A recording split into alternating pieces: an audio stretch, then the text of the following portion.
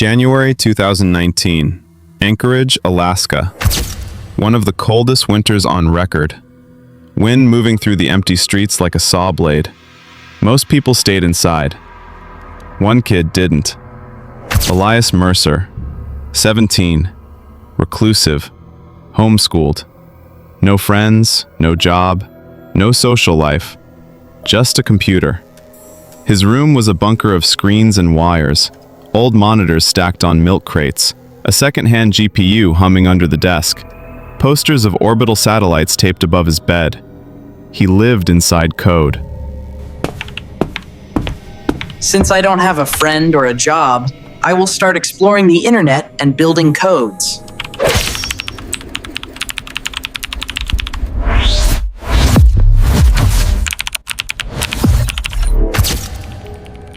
He found it by accident, a forgotten authentication port inside a regional weather satellite node, a misconfigured API key, a leftover dev tunnel. Most hackers look for money. He didn't. He looked for doors. When he saw how the climate research grants were routed, he froze. Millions shifting between shell companies, fake labs, fake subsidiaries, fake scientists. He didn't plan to steal, not at first. He just wanted to understand why the system looked like rot.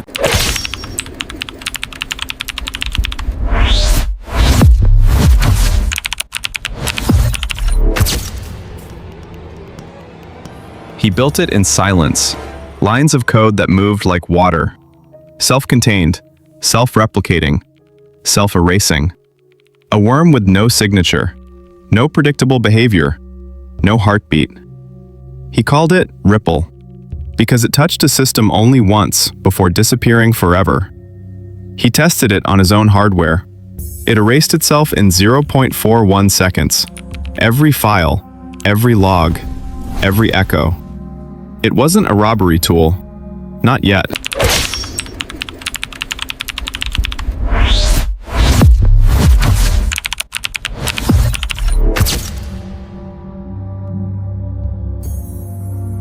March 2019, 2:13 a.m. He wasn't trying to break in.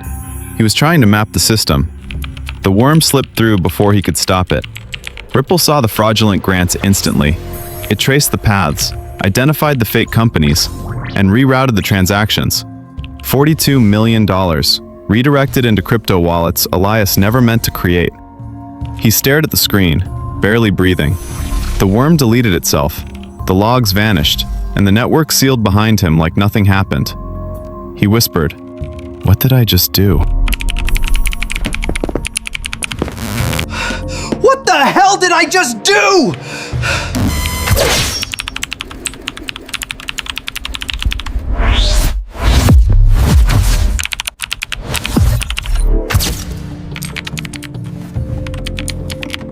He tried to return to normal life, homework, coding, coffee, sleep.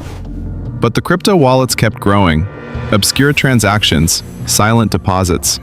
The stolen money was drifting through mixers he didn't control. He realized Ripple had evolved.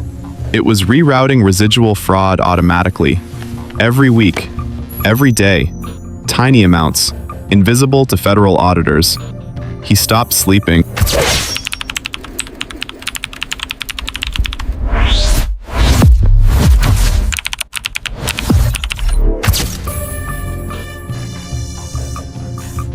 December 2020. Anchorage buried under a slow, suffocating winter. The kind where the cold doesn't just bite, it settles into the bones of the houses and makes every street feel abandoned. Inside his basement room, Elias Mercer sat in the pale glow of a dying monitor and made the decision he had been avoiding for weeks. He didn't cry. He didn't panic. He just started. He wiped his drives first. Not with software, with destruction. He opened the metal case, pulled out the spinning platter, and scratched it with a screwdriver until the surface looked like it had been mauled by an animal. Then he smashed it with a hammer. Slow, deliberate hits until the fragments were tiny enough to fall through his fingers like dark snow. He moved to the next machine, and the next. Old towers he had built from mismatched parts, laptops he'd repaired out of recycling bins, servers he'd soldered together in silence while the rest of the world was asleep. One by one, every piece of hardware he'd ever touched was reduced to a pile of bent metal and ruined circuitry spread across the concrete floor. Then came the notebooks, stacks of them. Years of diagrams, cipher notes, routing sketches, half-developed code written in tiny, obsessive handwriting that only he understood. He carried them outside in a cardboard box and placed them in a dented metal trash can behind his house, the same place his father burned packing receipts each winter. The air was so cold that the first match wouldn't stay lit. The second flickered. The third caught. The fire rose slowly, orange flames reflecting off the ice like something alive. Pages curled inward. Ink melted. Years of secrets turned to gray smoke that drifted into the still Alaskan sky. He didn't watch the whole thing burn.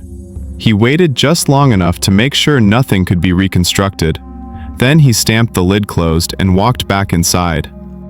By sunrise, his room looked like a crime scene that had already been cleaned. A single empty desk. 4 gouges in the floor where his chair had carved circles over the years. Nothing else. The neighbors later said they saw him leave at dawn, a backpack slung over one shoulder, a worn jacket zipped up to his chin, head down, no rush, no shake in his hands, just a quiet exit, like he was stepping into another version of his life. They remembered the details. A one-way bus ticket folded in his glove. No suitcase, no luggage, no goodbye. He walked down the street, past the frost-covered fences, past the chain-link yards, past the last house before the road curved out toward the highway. Snow fell in a soft drift around him. Not heavy, just enough to blur his outline as if the world itself was erasing him. By the time the bus rolled into the station, he had already disappeared into the white.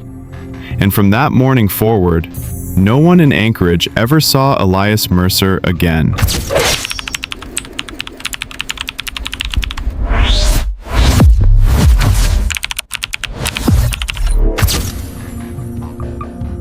The truth surfaced slowly. A federal audit, a whistleblower in the satellite division, an internal memo leaked by accident. They found Ripple's behavior patterns buried in corrupted metadata, a ghost in the oldest logs, a half-second flicker of unauthorized access. They called him the quiet ghost of Anchorage, the kid who rerouted $42 million without meaning to, the kid who built a worm smarter than he was, the kid the FBI never touched.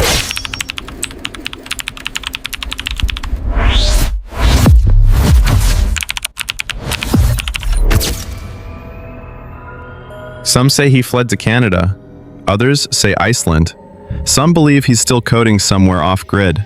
No bank account, no home, no trace. The crypto wallets remain untouched, frozen in time, growing interest in perpetual silence. Ripple never reappeared. No copy, no remake, no successor.